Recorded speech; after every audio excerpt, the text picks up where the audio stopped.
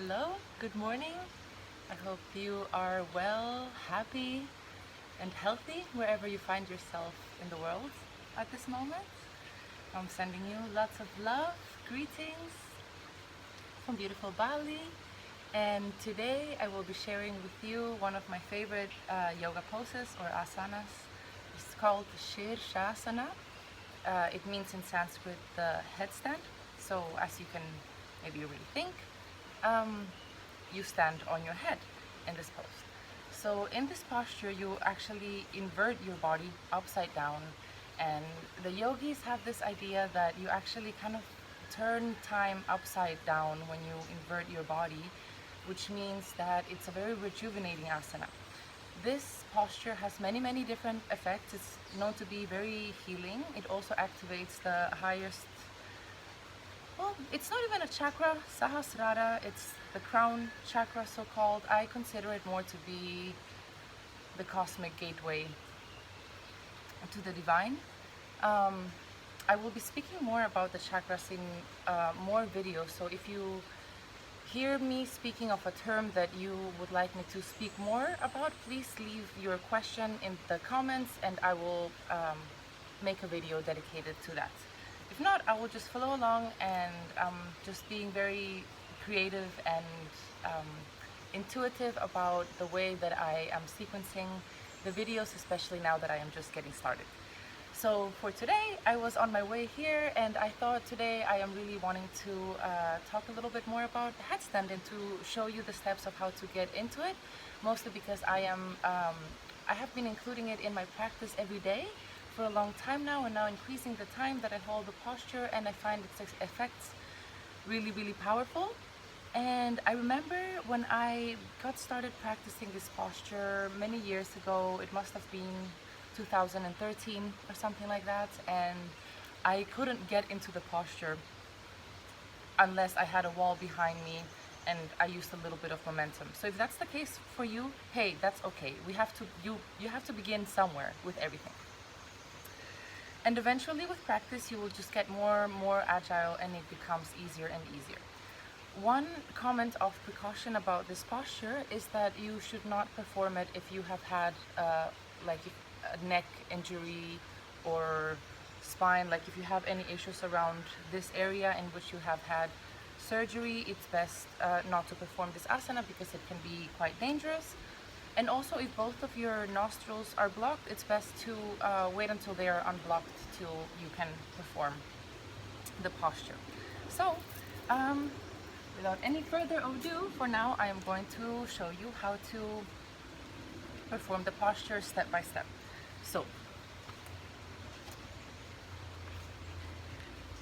you have a yoga mat. You can really do it anywhere, but it's nice to have a stable ground that's a little bit soft, not a pillow because that's not stable enough for your head and neck. Also, in many traditions, they stand or they place the very top of the head on the mat. However, according to the tradition that I learned, we use the hairline because it's actually the hardest part of your body, the hardest bone that you have. So it's the safest. Here you actually have even like a soft little opening. If you can think of when babies are born, it's very open, and as you grow it closes up, but it's still quite vulnerable, and if you do it for extended periods of time you can actually hurt yourself. So it's recommended to use the hairline as the point that you place on the mat. So you can kneel, and then you create a tripod with your arms. So you grab the opposite elbow, you place them in front of you, you interlock your fingers, and you place them down.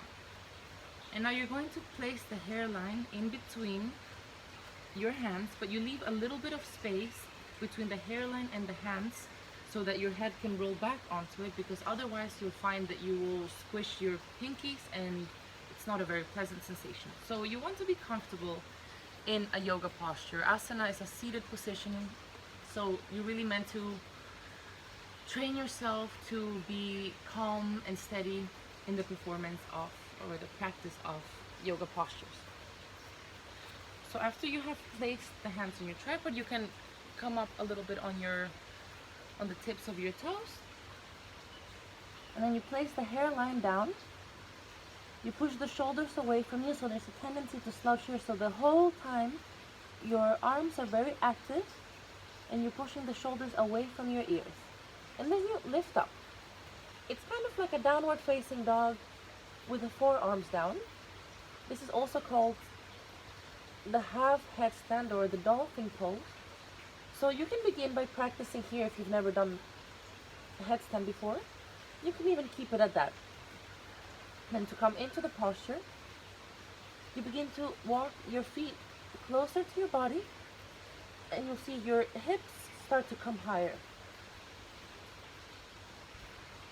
You bring one leg up, and then the other one. Some traditions keep the feet separate to keep the polarity in your body, yin for the left, yang for the right. Other traditions keep the feet together, kind of uniting these energies. So whatever you would like to practice, it's up to you.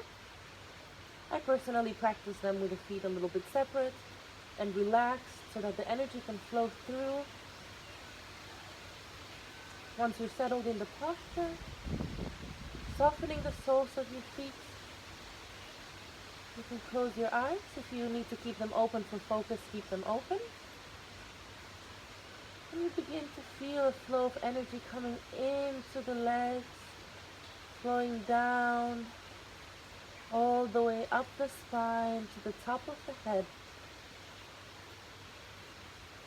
Where the mind goes, energy goes. So the more you keep your attention focused at the top of the head, the more energy will flow into your crown chakra. Sometimes it's helpful to ask a friend to have a look to check if you're straight and aligned. And hold it for as long as feels alright for you. To come down, you can push one leg down and one the other. Another way to come down is that some people like to bring both feet together. Same thing for coming up.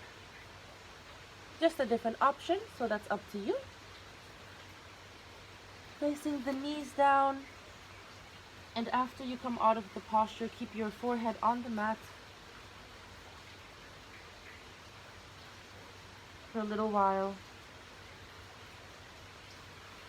And you come back out of it. So the idea of keeping your forehead on the mat is that if you stand up too quickly, you might get a little bit dizzy, might faint. It depends on your you know, how you're at every day. It can be different. It could be that every day you can sit right back up and be okay, but one day you've maybe not slept well or you're tired, and then it can be a little bit dangerous if you stand up and fall over. It's mostly the falling that can be quite dangerous. So just to be safe, keep your forehead on the mat for a little bit and then slowly come out of the posture.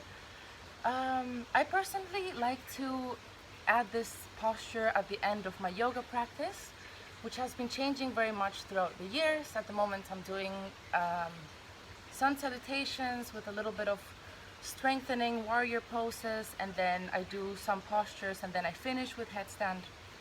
I add a little bit of breathing techniques, a meditation, and the final relaxation. So in other videos I will be sharing a little bit more about things that I'm practicing that I feel have helped me so much along my journey, and perhaps they can help you too. Thank you so much for tuning in today. Namaste.